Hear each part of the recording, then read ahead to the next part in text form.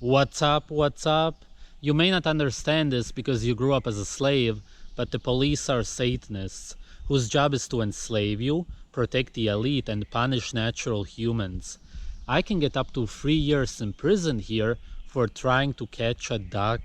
You know that you live in slavery when you're not allowed to hunt your own food. After a few years of doing the job, police officers get used to the illusion of power that they have and start beating up and raping their victims. Just because there will be little to no consequences for them. It's human nature.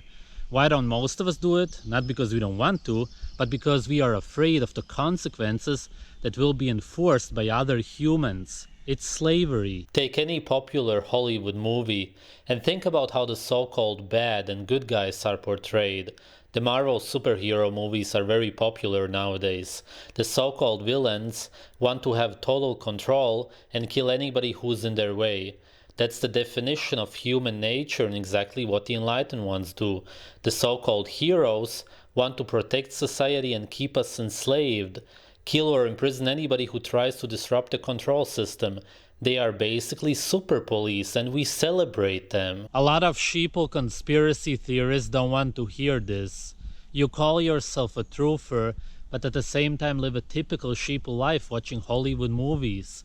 You've been programmed like everybody else.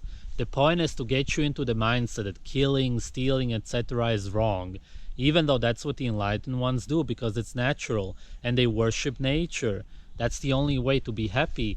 They have built a perfect system for themselves where they can have human hunting parties, rape and torture dungeons, babies for breakfast, an unlimited supply of blood, which we donate to them without realizing it, and of course, organ donations. The family is overwhelmed and they go to hospitals thinking that they're going to get treatment.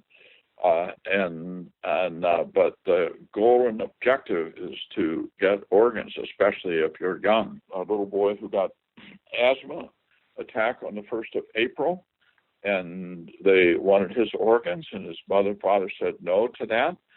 So then they embarked on wanting to stop his treatment. It eventually became that he was in the hospital in California for more than a month with no nutrition. They wouldn't give him any nutrition. They gave him sugar water in the vein, but that's all. No protein, no fat, no vitamins, for more than a month because they wanted him dead. Everybody thinks everything's great in our country. Because they get health care and they're healthy. And yes, we do have lots and lots of nice things, good things that go on in our country, but we have a system that's set up that if you're weak and unconscious, then the system says, we want your organs because we want them for someone who is more entitled to your organs than what you're entitled than what you are. And then we want to get them, and it's a big business to get your organs. One of my daughters is a stockbroker, and she called me one day and said, Dad, did you know that many hospice companies are stock companies? And that's how I found out that they're stock companies, and they sell stock. And so how does a company make money? They make money with rapid turnover. So how do you make money in hospice? Don't stay in there very long and have rapid turnover and that kind of thing. And like I told you, when I started to do this, it was as a neonatologist, then to figure out what there is with brain death, then brain death and organ transplants.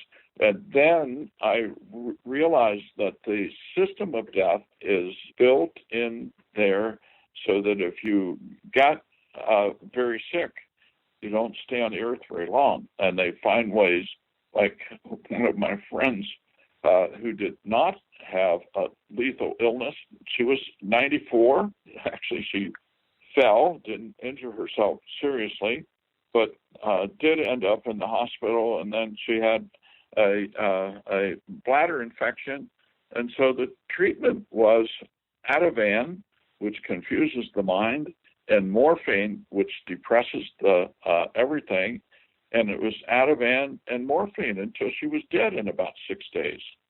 And I mean, this is what's going on. Most people don't pay any attention. Brain death is fake death. It's just made up, first of all, to get organs. And of course, what happens is that they want to get the organs, but if they can't get the organs, then they try not to waste money on people and stop the ventilator so that they become truly dead quickly. They get their beating heart cut out, they're dead. Every time a heart transplant is done, it's a beating heart that's cut out and transplanted into someone else.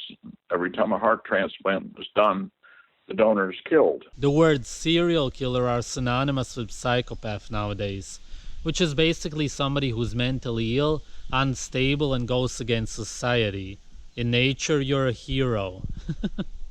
Being antisocial is a guarantee that you're sane.